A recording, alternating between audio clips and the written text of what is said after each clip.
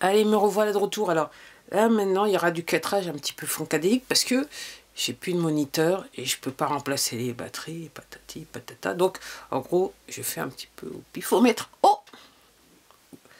Alors, ouais, alors, je fais une vidéo pour dire. Je me demande ce que j'ai pu bien dire le 17 août. Je sais pas. Je sais pas. Parce que, alors c'est un truc curieux, je l'ai mis en ligne et je dirais dans les heures qui suivent, j'ai eu une vue. Et puis hier soir, je regardais, ah, la vue elle a disparu. Il n'y a personne qui a vu la vidéo, apparemment. Il n'y a personne qui a vu la vidéo. Je me demande ce que j'ai pu bien dire. Alors effectivement, je disais que j'avais, entre guillemets, 249 électrons libres en tant qu'abonné, mais je suis consciente que parmi ces électrons libres, il y a un tout petit pourcentage, c'est les trolls psychopathes. Les psychopathes. Donc, comme je dis, cette chaîne elle est victime, enfin, elle fait partie du shadowban. Voilà, il y a un shadowban sur cette chaîne. Et donc, comme je dis, je me demande ce que j'ai pu bien dire le 17 août. Puis en plus de ça, à la fin de la vidéo, il y a le moniteur qui a lâché, donc les batteries, quoi. Donc j'ai pas pu terminer, parce que là, j'étais parti sur un truc là avec les banques. J'ai commencé à être inspiré, puis soudainement, clac. Parce qu'à chaque fois que je vais sur des sujets très sérieux, quelquefois j'ai une boule là dans la gorge. Je sais pas pourquoi.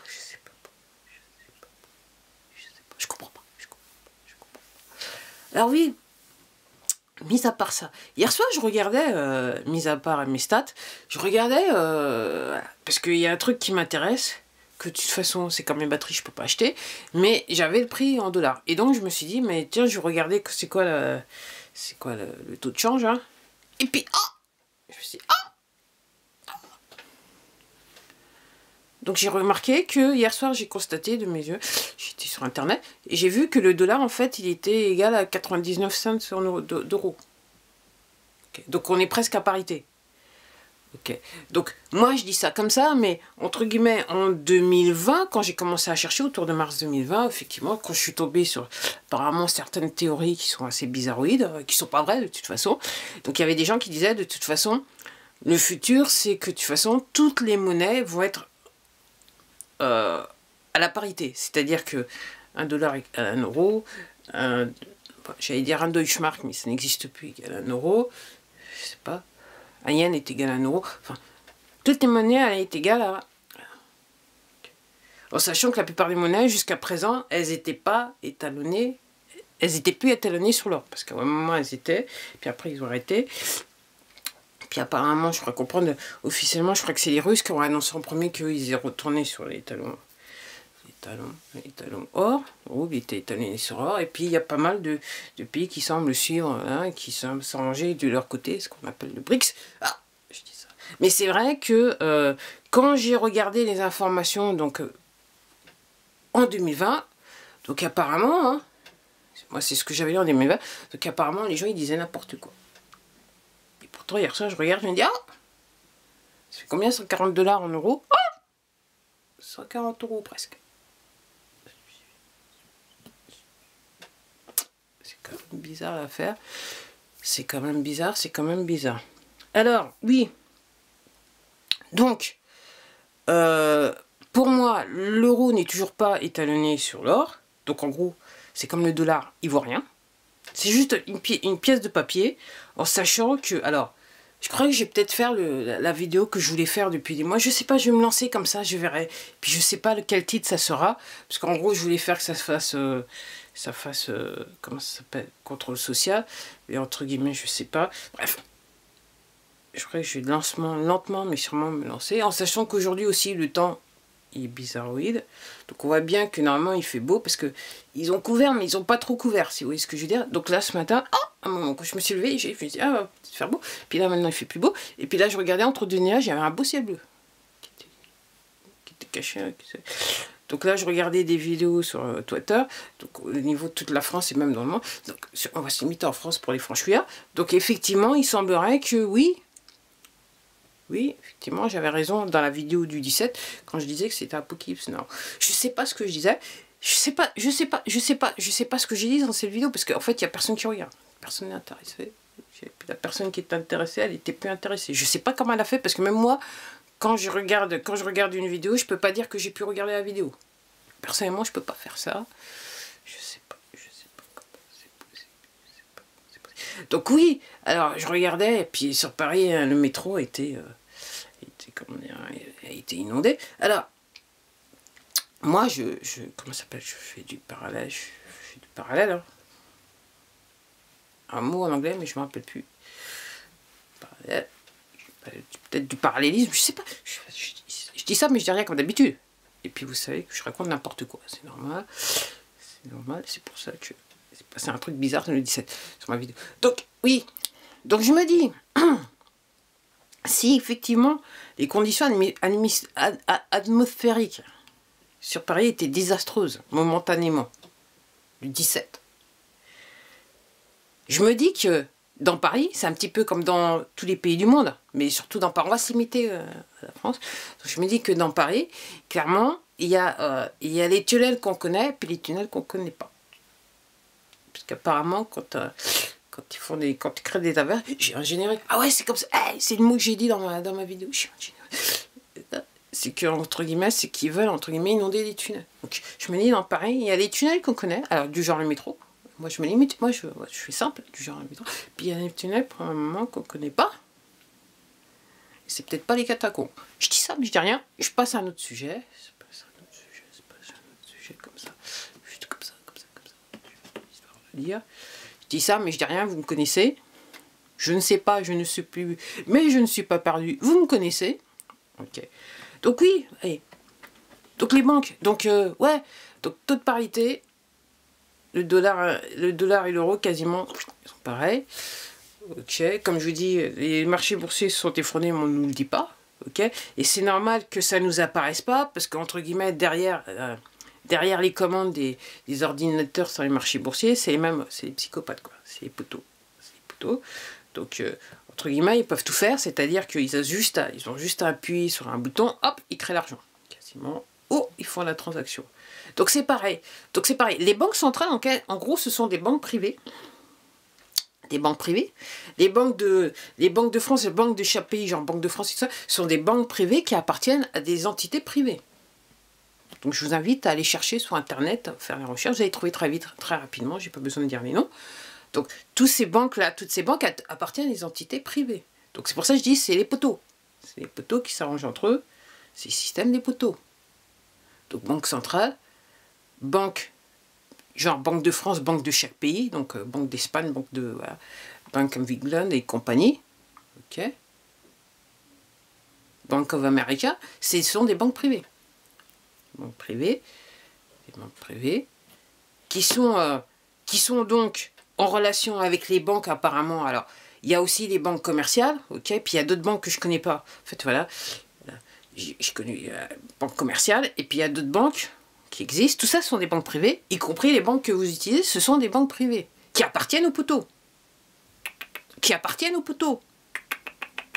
Donc, que vous le vouliez le croire ou pas, ces gens qui possèdent, ces entités privées qui possèdent les banques centrales, en gros, elles possèdent aussi les banques que vous utilisez, donc vous avez des comptes dans les banques. Alors c'est des filiales, des sous, mais en fait elles appartiennent aux poteaux. Donc c'est le truc entre eux. Donc genre Banque de France aussi appartient aux poteaux. Quelque part, c'est pas l'État. Je dirais même les politiques appartiennent aux poteaux. Donc en gros, que vous ayez un compte particulier et un compte ou un compte commercial, donc un compte comment ça s'appelle? Ouais, compte commercial, business card, ok, ça change rien parce que entre guillemets, quelle que soit la banque auquel vous êtes inscrit, en gros, ça appartient au poteau. Donc dans les faits, ça appartient à la banque centrale, une banque centrale, banque européenne. Tout ça, mais la banque centrale appartient à des entités privées, donc quelques familles dans le monde. Donc toutes ces banques-là, elles appartiennent aux poteaux. Donc c'est normal, puisque les poteaux mettent les politiques au pouvoir, donc c'est normal que, entre guillemets, les impôts sont une entité privée, quel que soit le pays, c'est une entité privée, ok, qui appartient à qui? Aux poteaux. Donc c'est normal que entre entités privées qui appartiennent aux poteaux, qu'elles s'entraident ensemble. Donc c'est normal que, entre guillemets, quand vous avez un compte bancaire, que votre banque, elle soit en cheville avec les impôts, parce que ça appartient aux poteaux. C'est le même système des poteaux. Elles s'aident entre elles. C'est la manière dont ils prélèvent les peu de sommes qu'ils nous donnent.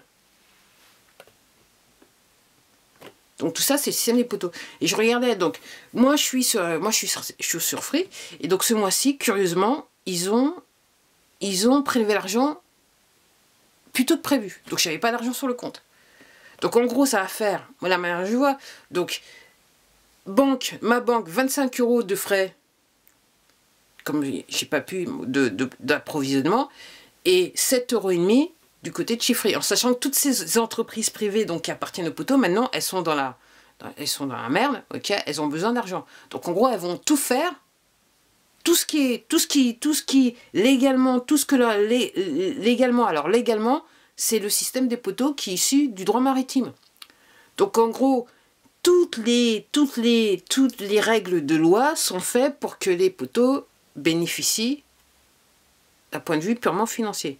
Donc moi, ce que je suis en train de vous dire, la banque va me charger 25 € parce que mon compte n'était pas prisonnier. Free va prendre 7,5 €. Ok. Et l'autre fois, mon compte commercial. Donc moi, je suis avec Shine. Donc en gros, donc les impôts, donc on fait une saisie. Ils n'ont rien pu saisir du tout puisque je n'ai pas d'argent. Ok. Mais la banque a pris 96 € sur le compte, comme ça. Ils n'ont rien fait, mais ils ont pris 96 €. Alors qu'en gros, il y a juste besoin d'appuyer sur un bouton pour, entre guillemets, pour faire passer ça. Et j'ai remarqué aussi que maintenant, alors c'est plus flagrant, et sur certains, de banque à banque, ça prenait un petit peu de délai, afin que l'argent apparaisse sur le compte.